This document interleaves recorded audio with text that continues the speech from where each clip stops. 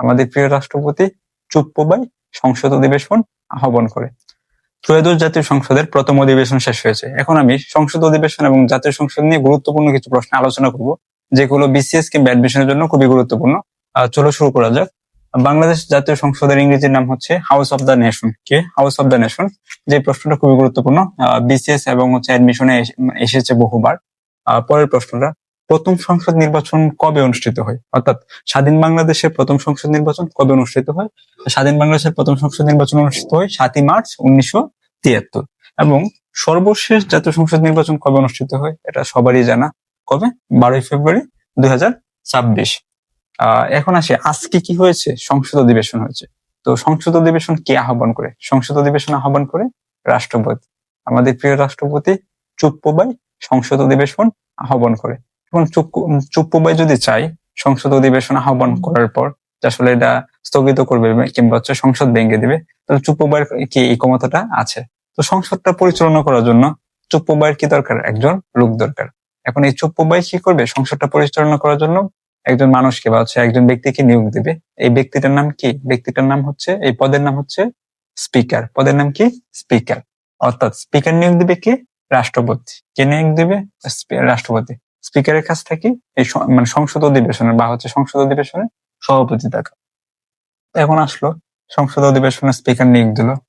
কিছুক্ষণ পর সংসদে কি হলো? হট্টগোল শুরু হলো বা বিশৃঙ্খলা শুরু হলো। তো বিশৃঙ্খলা বা হট্টগোল থামানোর জন্য একজন ব্যক্তি দাঁড়িয়ে গেল যে আসলে সংসদটা কি বিশৃঙ্খলা করা যাবে না। সবাইকে বোঝালো যে এখানে এটা হচ্ছে হট্টগোল করা যায় না।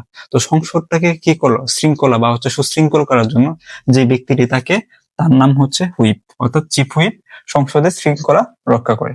তো এখন তো সংসদে বিশৃঙ্খলা দেখে বা আজকে রাষ্ট্রপতি চুপ্পকে যেভাবে অপমানিত করা হলো, তো রাষ্ট্রপতি কি করলো? যে আসলে সে পদত্যাগ করবে। রাষ্ট্রপতি যদি পদত্যাগ করতে চায় তাহলে সে কার কাছে পদত্যাগ করবে? রাষ্ট্রপতি যদি পদত্যাগ করতে চায় সে স্পিকারের কাছে পদত্যাগ করবে। অর্থাৎ সংসদ পরিচালনা করার জন্য রাষ্ট্রপতি যাকে নিয়োগ দিয়েছিল তার কাছে কি করতে হবে? পদত্যাগ করতে হবে। এখন রাষ্ট্রপতি কি করলো? পদত্যাগ করলো। তো রাষ্ট্রপতি পদত্যাগ করার পর তারপরটা কি হয়ে গেল? শূন্য হয়ে গেল। তো রাষ্ট্রপতি শূন্য পদে কে আসবে? অর্থাৎ রাষ্ট্রপতির অবর্তমানে দায়িত্ব পালন করবে জাতীয় সংসদের স্পিকার। জাতীয় সংসদের স্পিকার কি পালন করবে? দায়িত্ব পালন করবে। রাষ্ট্রপতি পদত্যাগ করবে, রাষ্ট্রপতির পদ শূন্য হলে রাষ্ট্রপতির দায়িত্ব পালন করবে স্পিকার। তো এখন রাষ্ট্রপতির পদ তো বেশি দিন শূন্য রাখা যাবে না। তো রাষ্ট্রপতি কি করতে হবে? নির্বাচন করতে হবে। আর প্রধানমন্ত্রী বা যে কোনো মন্ত্রী কেউ যেভাবে হোক, যা ইচ্ছা করলেই কি রাষ্ট্রপতি নিয়োগ করতে পারবেন না। রাষ্ট্রপতি নিয়োগের প্রক্রিয়া হলো জাতীয় সংসদ সদস্যরা রাষ্ট্রপতির নিয়োগ দিবে। জাতীয় সংসদ সদস্যরা কি দেবে? জাতীয় সংসদ সদস্যরা রাষ্ট্রপতি নিয়োগ দিবে। তো রাষ্ট্রপতি নির্বাচন করেন কারা? জাতীয় সংসদ সদস্যরা রাষ্ট্রপতি নিয়োগ করেন। এবং সরকারি বিল কি? এখন আসে সরকারি বিল এবং বেসরকারি বিল। তো একটা সংসদ সদস্যের বিভিন্ন আইন উত্থাপন করা হয় বা বিভিন্ন বিল উত্থাপন করা হয়। মন্ত্রীগণ যে বিল উত্থাপন করে সেটাকে বলা হয় সরকারি বিল, এবং সংসদ সদস্যরা যে বিল উত্থাপন করে বা যে আইন উত্থাপন করে বা যে আইনের প্রস্তাব করে তাকে বলা হয় বেসরকারি বিল। সরকারি বিল এবং বেসরকারি বিল। সে সংসদের কাস্টিং ভোট বলা হয় স্পিকারের ভোটকে। সংসদের কাস্টিং ভোট কি? আচ্ছা, একটা বিল বা একটা আইন উত্থাপন করা হলো সংসদে, যে বিলের প্রেক্ষিতে 150টি হ্যাঁ ভোট, 150টি না ভোট। এখন এই পর্যায়ে হচ্ছে যে কোনো সিদ্ধান্তে পৌঁছানো যাচ্ছে না মহান সংসদকে।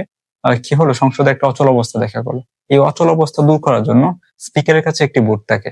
তো এই ভোটটাকে বলা হয় কাস্টিং ভোট। অর্থাৎ এখন 150 ভোট হ্যার পক্ষে 150, হ্যাঁ, ইয়েস এর পক্ষে 150, নো এর পক্ষে 150।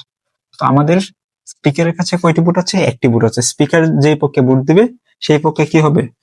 জয়যুক্ত হবে। তো এই সংসদের এই অচল অবস্থা দূর করার জন্য স্পিকারের ভোটকে কি বলা হয়? কাস্টিং ভোট বলা হয়। কি বলা হয়? কাস্টিং ভোট বলা হয়। বাংলাদেশে এই পর্যন্ত কয়টা সংসদ নির্বাচন হয়েছে? 13টি। এবং 13টি সংসদ নির্বাচনের সবচেয়ে স্বল্পকালীন সংসদ কোনটি? সবচেয়ে স্বল্পকালীন সংসদ হচ্ছে ষষ্ঠ সংসদ। কত সংসদ? ষষ্ঠ সংসদ। এটার মেয়াদ কতদিন ছিল? মাত্র 12 দিন ছিল। মেয়াদ কতদিন ছিল? মাত্র 12 দিন ছিল। এখন আসে জাতীয় সংসদ। এটা বাংলাদেশ সকলের কাছে একটি আবেগের জায়গা। তো জাতীয় সংসদের প্রতীক কি? জাতীয় সংসদের প্রতীক হচ্ছে শাপলা। জাতীয় প্রতীক কি? শাপলা। তো এখানে আসে আরেকটা প্রশ্ন আমি লিখেছিলাম এদিকে। তো সেটা হচ্ছে, মন্ত্রিসভার নিয়মিত সাপ্তাহিক বৈঠক কিবারে বসে? সোমবারে। অর্থাৎ মন্ত্রীরা সাপ্তাহিক একটি বৈঠক করে, সেটা কিবারে বসে? সোমবারে বসে। এখন আসে, কোন সংসদ সদস্য যদি নিয়মিত সংসদ অধিবেশনে অংশগ্রহণ না করে, তাহলে কি তার পদ চলে যাবে বা তার সংসদ শপথ চলে যাবে? কোন সংসদ সদস্য যদি স্পিকারের অনুমতি ব্যতীত, অর্থাৎ স্পিকারকে না জানে 90 দিন, অর্থাৎ টানা 90 দিন সংসদ অধিবেশনে অংশগ্রহণ না করে, তাহলে তার কি হবে? সদস্যপদ বাতিল হয়ে যাবে। তাহলে তার কি হয়ে যাবে? সদস্যপদ বাতিল হয়ে যাবে। জাতীয় সংসদ এবং সংসদ অধিবেশন নিয়ে গুরুত্বপূর্ণ কিছু প্রশ্ন আলোচনা করেছি, যেগুলো বিগত বছর অ্যাডমিশন এবং বিসিএস এ এসেছে। আশা করি সামনের যে কোনো পরীক্ষায় বা অ্যাডমিশনে আসবে ইনশাল্লাহ। তো সকলকে আমাদের সাথে থাকার জন্য ধন্যবাদ। আসসালামু আলাইকুম।